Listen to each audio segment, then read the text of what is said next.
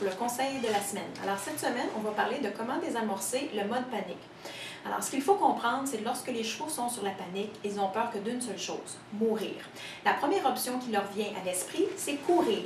À partir du moment où courir n'est plus disponible, ils vont commencer à adopter des comportements d'autodéfense, alors tels que de se cabrer, boxer, kicker, mordre et pousser. Malheureusement, ces comportements-là, souvent, c'est nous-mêmes qui les encourageons, puisque lorsqu'ils sont sur le mode panique, on a le réflexe de raccourcir la longe avec laquelle on les promenait, on se campe et là, on les retient. Alors, c'est à ce moment-là que les gens souvent se font blesser. Maintenant, s'il ne faut pas que je retienne mon cheval, qu'est-ce qu'il faut que je fasse? Il faut que je le laisse courir. Maintenant, faites bien attention. Il y a une différence entre laisser courir et faire courir. Laisser courir, c'est que je permets à mon cheval de bouger les pieds en le redirigeant. Alors que faire courir, c'est que je l'encourage à courir avec mon carrot stick à partir du moment où il ralentit ou stoppe. Pourquoi je voudrais le laisser courir? C'est physique. Alors, tout être humain sur Terre qui croit que sa vie est en danger, automatiquement va avoir des sécrétions d'adrénaline. L'adrénaline dans la circulation sanguine, ce que ça fait, c'est que ça augmente la contractibilité du cœur, ça augmente la fréquence cardiaque et la fréquence respiratoire, ça augmente l'irrigation au niveau des muscles périphériques pour pouvoir permettre une action qui est rapide et intense. Et les effets secondaires de l'adrénaline sont la nervosité, tremblement, palpitation, anxiété. L'adrénaline est brûlée par les muscles. Alors, plus vous allez bouger, plus votre adrénaline risque d'être éliminée rapidement.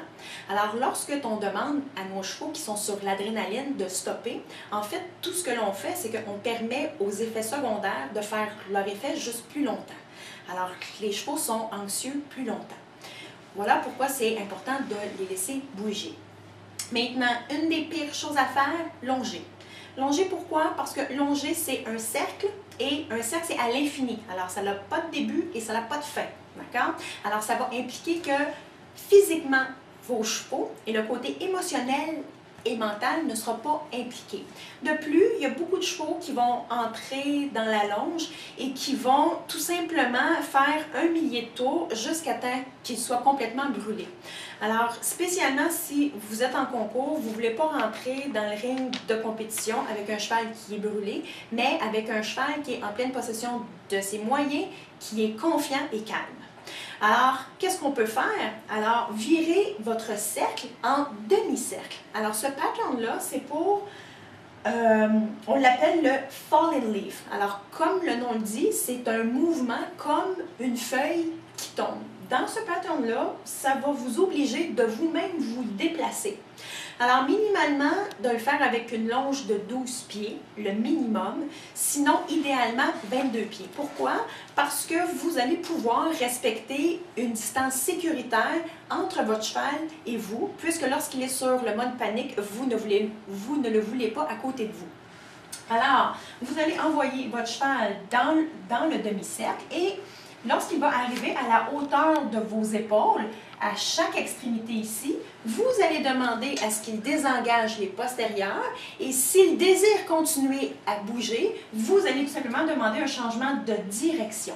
D'accord? Alors, vous faites ça à l'aide de votre driving game. Maintenant, à chaque fois que votre cheval arrive à une extrémité ici, vous créez une période de temps où vous lui donnez l'opportunité de commencer à réfléchir. Plus que de courir en cercle, ça ne demande aucune réflexion, alors qu'à partir du moment où ce que vous désengagez les postérieurs et le redirigez, il doit se synchroniser, penser à où il met les pieds et à partir de là, il va commencer à être émotionnellement et mentalement avec vous. C'est le but de l'exercice. Alors, vous allez voir qu'à 99,9% du temps, votre cheval va décider de par lui-même de stopper ici. Là, c'est important de ne pas faire courir à partir du moment où ce que votre cheval a décidé de stopper. Il a heureusement adopté votre idée qui était de le stopper. Comment je peux savoir si mon cheval commence à relaxer? Alors, il va se moucher, il va mâchouiller, il va expirer fortement et la tête va diminuer et les yeux vont redevenir noirs plutôt que blancs.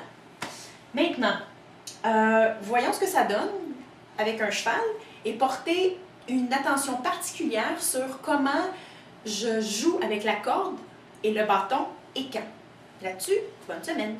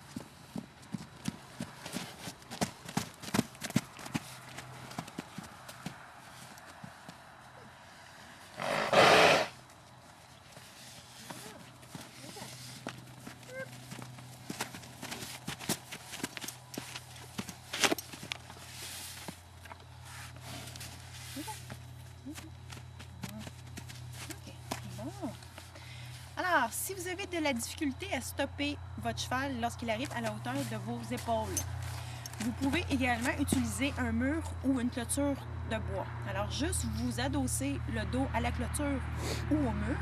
Ainsi, lorsque votre cheval va arriver à la hauteur de vos épaules, c'est la clôture ou le mur qui va le stopper. Alors ça, c'est un petit truc pour vous aider à lui enseigner ce pattern-là. Maintenant, vous l'avez deviné, le mot-clé, c'est préparation. Alors, c'est pas lorsque votre cheval est en pleine panique que c'est le moment de lui enseigner ce pattern-là. Alors, pratiquez ça pendant 7 jours lorsqu'il est calme. Et lorsqu'il sera en mode panique, tout ce qu'il vous suffira de faire, c'est de le rediriger dans ce pattern-là qui sera en terrain connu. Bonne chance!